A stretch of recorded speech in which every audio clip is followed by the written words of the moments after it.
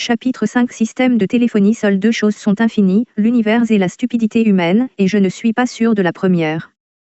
Albert Einstein. Communication vocale en temps réel. En tant que contrôleur de limite de session d'entreprise pour la communication vocale, le système est confronté au IMS, IP Multimedia Subsystem, d'un ISP avec une ligne SIP d'un côté, l'autre côté est pour se connecter avec plusieurs appareils VIP activés. Nous parlerons de la façon d'utiliser une ligne SIP pour se connecter avec le IMS ou d'autres serveurs SIP plus tard. Mais au début, nous nous concentrerons sur la façon de laisser les appareils VIP activés, téléphone SIP matériel ou téléphone logiciel, se connecter avec le serveur lui-même. Le système prend également en charge les appels vidéo dans certains scénarios. Mais nous nous concentrons uniquement sur la voix, pour le moment. Il existe de nombreux protocoles impliqués dans la communication vocale. Nous mentionnerons brièvement certains d'entre eux. Ce système téléphonique peut être utilisé sans aucune carte d'interface supplémentaire, FXO, FXS, T1/E1/J1, pour une application VIP, voix sur IP, pure. Pour interagir avec d'autres PBX hérités ou téléphones analogiques, il nécessite d'autres cartes d'interface à moins que cet équipement ne soit également fourni avec des méthodes de communication via des interfaces Ethernet. Pour simplifier, nous identifions ces téléphones par les protocoles de communication. Par exemple, pour les téléphones fonctionnant avec SIP, Session Initialization Protocol, nous les appelons des téléphones SIP. Ceux qui fonctionnent avec le protocole AX sont appelés des téléphones AX, qu'ils soient logiciels ou matériels. SIP est un protocole développé par IETF, Internet Engineering Task Force. Le protocole AX, Inter-Asterisk Exchange, a été initialement développé par un serveur PBX open source Asterisk. Généralement, lorsque nous nous référençons au nom AX, nous désignons en réalité AX2, car la version originale du protocole AX a été obsolète. Nous utiliserons les termes téléphone SIP ou téléphones AX pour représenter ces appareils ou programmes destinés aux utilisateurs finaux. De nombreux fournisseurs proposent des téléphones SIP matériels.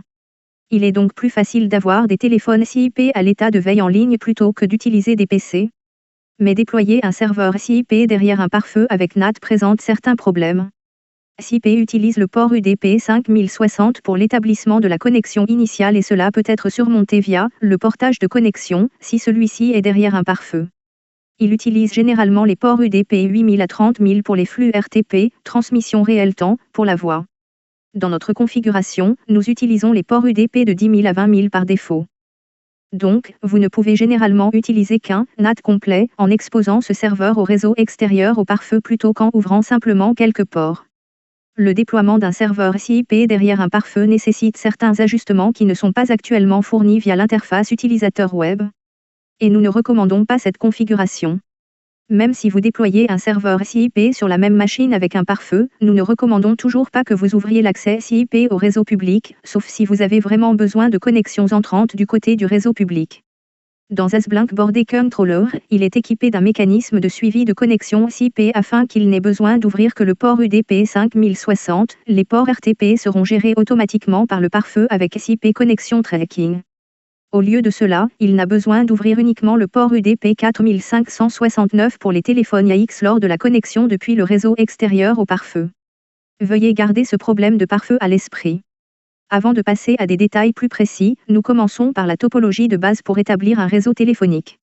Le diagramme ci-dessous est une configuration très simple. SW est le serveur de communication vocale et plusieurs clients téléphoniques se connectent à SW afin qu'ils puissent appeler les uns les autres si le système est correctement configuré. SWB APHO PHO NE SW1 SW2D ACB. Par exemple, si le numéro de poste de A est 7111 et celui de B est 7112, l'utilisateur A peut composer 7112 pour joindre l'utilisateur AB. A et B se connectent au même serveur SW. Si B ne répond pas au téléphone, vous aurez le choix de configurer SW pour permettre à A de laisser des messages à B et considérer le cas où vous voulez atteindre les utilisateurs sur un autre serveur. Ainsi, le schéma suivant pourrait être utilisé. Dans le diagramme ci-dessous, SW1 et SW2 sont des serveurs de voix. A, B, C, D sont des clients de téléphone où A et B se connectent à SW1, C et D se connectent à SW2. Puisque chaque serveur peut être configuré indépendamment, sur SW1, vous pouvez avoir numéro de poste de A, 7111 numéro de poste de B, 7112 de même, sur SW2, vous pouvez également avoir numéro de poste de C, 7111 numéro de poste de D, 7112 les deux systèmes SW1 et SW2 fonctionnent indépendamment initialement de sorte qu'A peut composer 7112 pour joindre B à SW1 tandis que C peut également composer 7112 pour joindre D à SW2. Mais il y a une demande car SW1 veut joindre D à SW2. À cet instant, les liens entre SW1 et SW2 doivent être établis de sorte que les appels téléphoniques de SW1 puissent atteindre SW2 et les appels téléphoniques de SW2 puissent atteindre SW1 comme indiqué dans le schéma suivant. À SW1, il peut être configuré que 371 doit être d'abord composé si l'on veut atteindre SW2. Ainsi, pour l'utilisateur A, si 7112 est composé, l'utilisateur B sera atteint, si 3 717 112 est composé, l'utilisateur D sera atteint. De même à SW2, on peut avoir un plan de composition similaire en spécifiant quels chiffres doivent être composés au début pour atteindre l'autre serveur. Bien sûr, il est nécessaire que SW1 et SW2 autorisent les appels provenant de l'autre serveur en libérant certaines méthodes d'authentification. Nous allons introduire comment faire cela via notre WebGui. Pour l'instant, nous nous concentrons sur réfléchir à la façon de planifier. Dans le diagramme ci-dessus, si SW1 et SW2 appartiennent à des entreprises différentes, il est bien que chacun d'eux puisse avoir des plans de composition différents. Mais si ils appartiennent à la même entreprise, il est nécessaire d'avoir un plan de composition global cohérent afin qu'il soit plus facile de faire savoir aux utilisateurs quel numéro composer. Le diagramme suivant est que nous compliquons le scénario en introduisant plus de serveurs vocaux. Sur chaque node SW1, SW2, SW3 et SW4, il a son propre plan pour composer vers les autres serveurs directement. L flèche rouge dans le diagramme signifie quelqu'un peut placer les appels vers un autre. Il est parfois inévitable d'avoir une configuration comme celle-ci si SW1, SW2, SW3 et SW4 sont sous l'administration de personnes différentes au cours de différentes entreprises. Mais à l'intérieur de la même entreprise, vous devriez probablement considérer le diagramme suivant par une structure hiérarchique.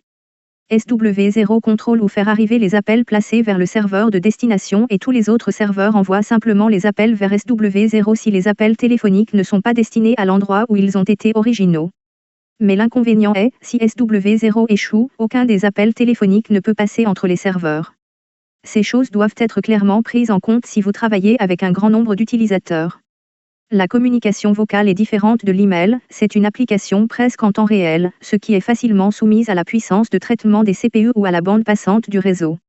Et c'est un peu lié au plan de composition pour éviter que les utilisateurs n'aient besoin de composer des chiffres très longs pour atteindre les autres. SW1 SW2 DAC ACB SW3 SW4 SW1 SW2 PHO PHO PHO ne PHO ne SW0 SW1 SW2 SW3 SW4 PHO PHO PHO PHO ne. Plan de numérotation. Nous commençons par la configuration simple via l'interface web en naviguant vers Phone Basic Dial Plan. Nous supportons actuellement deux types de téléphones, téléphone SIP et téléphone IAX. Nous attribuons une classe de numéros pour associer à chaque type de téléphone pour faciliter la gestion. Par exemple, motif pour les téléphones SIP, 68XX motif pour les téléphones IAX, 67XX. Cela signifie que si vous utilisez des téléphones SIP pour vous connecter au serveur vocal, le numéro d'extension doit être comme 6823 ou 6834 pour que les autres personnes vous appellent sur le même serveur. Si vous utilisez des téléphones IAX, le numéro d'extension doit être attribué comme 6745 ou 6722. X correspond au chiffre 0 à 9. Pour que le motif soit utilisé pour le numérotation, il doit toujours commencer par le tiret de soulignement. Et nous ne permettons actuellement que des numéros comme identifiant pour que le numéro d'extension soit en phase avec les claviers téléphoniques traditionnels. Pour spécifier des motifs, vous pouvez utiliser les symboles suivants, X correspond à 0 à 9, N correspond à 2 à 9, Z correspond à 1 à 9. N'oubliez pas que le motif doit commencer par. Ainsi, 6XXX signifie n'importe quel nombre de 6000 à 6999. 7XXX signifie n'importe quel nombre de 7000 à 7999. De même, motif pour la conférence, 9XXX numéro pour la messagerie vocale, 8500 numéros pour le répertoire, 8900 tests d'écho, 600. 9XXX signifie n'importe quel nombre de 9000 à 9999. Ce système permet aux gens d'assister à des téléconférences en dialing un numéro d'extension spécial avec un numéro de code associé. Pour les numéros de dialing pour les autres personnes pour appeler ces conférences, c'est du type 9XXX. Pour la messagerie vocale, les gens peuvent simplement dialer 8500. Et pour l'assistance au répertoire, dialer 8900 et cela vous demandera d'entrer le nom de famille des personnes que vous recherchez via des claviers téléphoniques traditionnels avec ABC appuyant sur 2, DEF appuyant sur 3, PQRS appuyant sur 7, TUV appuyant sur 8, WXYZ appuyant sur 9.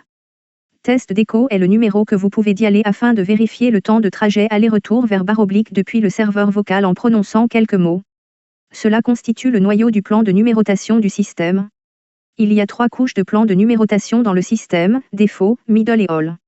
Les couches des plans de numérotation sont créées pour classer les comptes d'utilisateurs de téléphone. Si un compte d'utilisateur de téléphone appartient à par défaut, alors le compte peut uniquement accéder aux règles de numérotation dans la couche défaut.